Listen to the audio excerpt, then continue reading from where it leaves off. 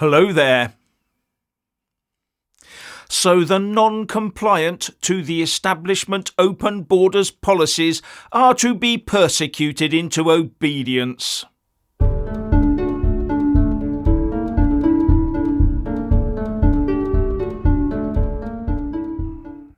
Our esteemed Home Secretary Yvette Cooper has claimed that the public has lost respect for the police. And she goes on to say in a Telegraph article that we must take action to restore respect for the police and respect for the law. But the police and the law are two different things entirely. For a start, the law has to be enforced uniformly to be respected.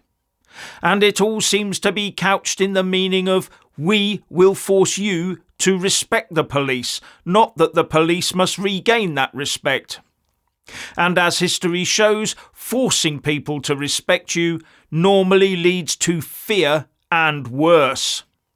But as far as I can see, this new respect for what the police are able to impose on us only applies to public disorder.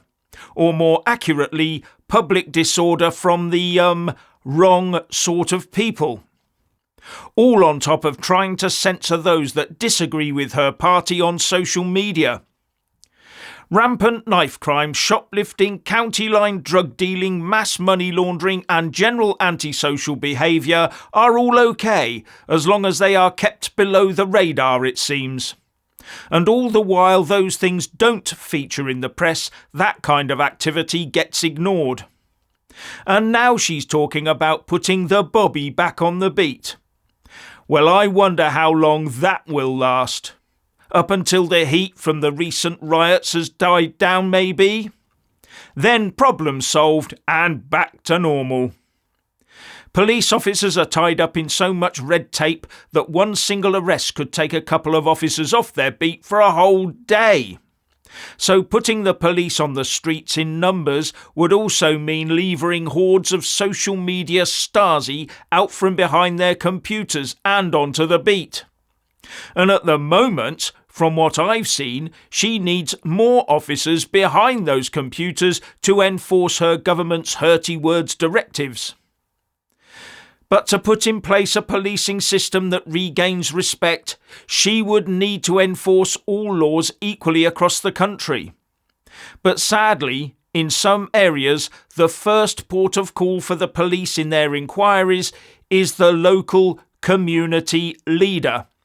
And strangely, always a male community leader. And on top of that, maybe allowing them to police themselves. Whereas in other communities, it's the early morning unannounced bother boots through the door. Now Yvette Cooper also wants to raise standards. If she means standards within the police service, then maybe she needs to look at the police recruitment process to get the twerkers out and the tough bobbies in. Or would that be too anti-woke? As well as vetting them more effectively, given some of the recent atrocious activities some of our boys in blues have been up to. Then there's the case of one Telford survivor of the mass desecration of our young girls, Samantha Smith, who went on GB News to discuss with Mark Stein what had happened to her. The next day she tweeted, "Officers banged on my door, demanding I speak to them about my interview. They ignored victims for decades, but tried to intimidate me for exposing their failings on live TV." And look what happened to Mark Stein after that.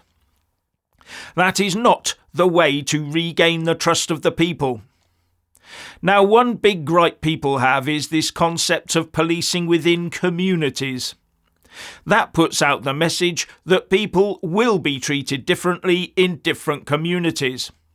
Where policing is concerned, there should only be one community, where all individuals are held to account for their actions in the same way. i.e., crime committed, so suspect arrested by the police and handed over to the CPS and courts. But of course it's not just a police problem. We have a real prison capacity problem. So we're letting people out of prison in order to put other people inside, meaning sentences are de facto shorter than they should be. It also leads to the police arresting fewer people, and the courts to sentencing more people found guilty of extreme serious crimes to very lax, if not non-existent sentences.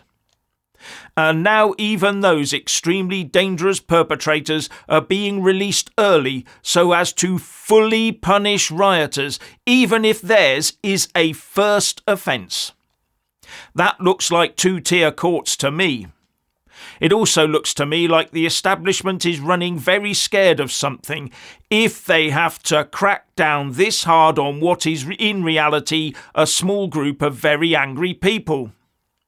But I see absolutely no attempt to find out what these people are actually angry about. None. Other than to refer them to prison counselling maybe once they're banged up. When the BLM riots occurred, we all had to understand them, didn't we? And the police were just about forced to take the knee, weren't they? While Keir Starmer and Angela Rayner also quickly succumbed to extreme knee-itis. None of that these days. No. Those engaged in this type of behaviour must be sent a severe message. There is no excuse for it, so no understanding is necessary. Whereas I would argue that while there is no excuse for this reprehensible behaviour, it is still very important to understand the reasons behind it, instead of spouting generalities from the hip.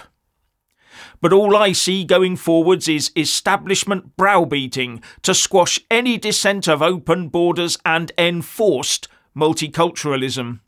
A doubling down of what is already failing on a comprehensive scale. Using the organs of the state to hand out the punishments to anyone who lifts their heads to disagree with the new internationalist order. But for them to get their way, they need to bring all of social media to heel. Everywhere, from Meta to Google and TikTok to X. The trouble for the UK establishment, though, is that Elon Musk and his X has become a bit of a thorn in the side for them. To the point that there appears to be open warfare between Musk on one side and Keir Starmer and Humza Yousaf on the other. And the woke lefties who hate Musk are going on his free speech platform and then using it to spread the message to block Elon Musk's own X account. And then bragging about it on X. As if Musk cares. After all, he could permanently block the lot of them with the flick of a switch and leave the rest of us to get on with our day. But unlike woke lefties, Musk appears to value real freedom of expression.